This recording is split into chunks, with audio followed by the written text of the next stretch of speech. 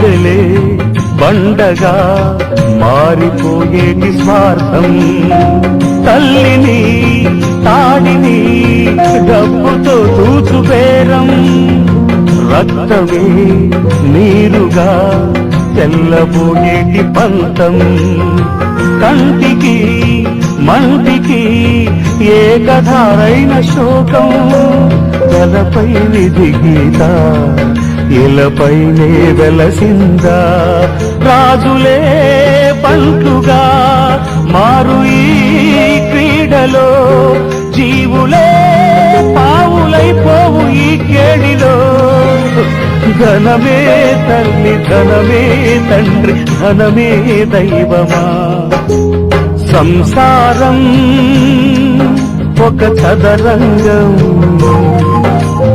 అనుబంధం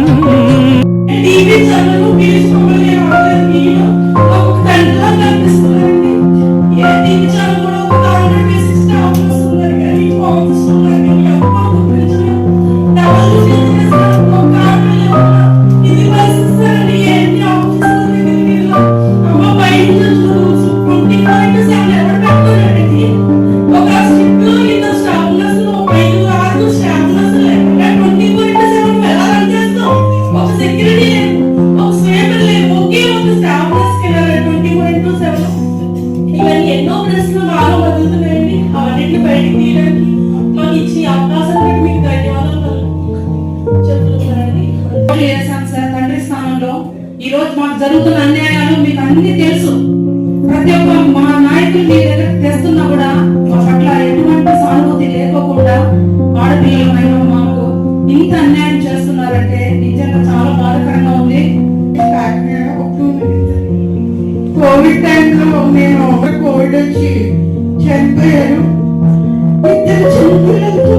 నేను ఎన్నో కష్టాలు పడ్డాను.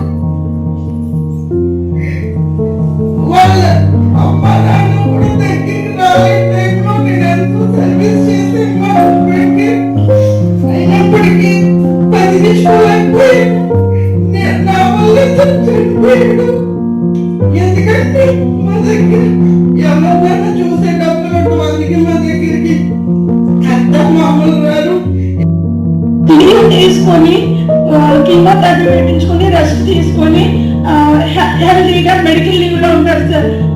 ఈ పాపకి మెడికల్ లీవ్ లేక ఆ రోజు కింద పెట్టించుకొని ఆ మర్నాడు డ్యూటీకి వస్తారు సార్. ఇలాంటివన్నీ మేము మనుషులమే కదా సార్. మేము కూడా వాళ్ళు ఎంత సర్వీస్ చేస్తారో అంతకన్నా ఎక్కువ సర్వీస్ చేస్తాం. వాళ్ళకి ఎలాంటి యూట్రస్ ఉంటుందో మాకు అలాంటి యూట్రస్ ఉంటుంది. వాళ్ళకి ఎలాంటి ఆరోగ్యం ఉంటుందో మాకు అలాంటి ఆరోగ్యమే ఉంటుంది సార్. కానీ అవన్నీ గవర్నమెంట్ ఆలోచించకుండా మా యొక్క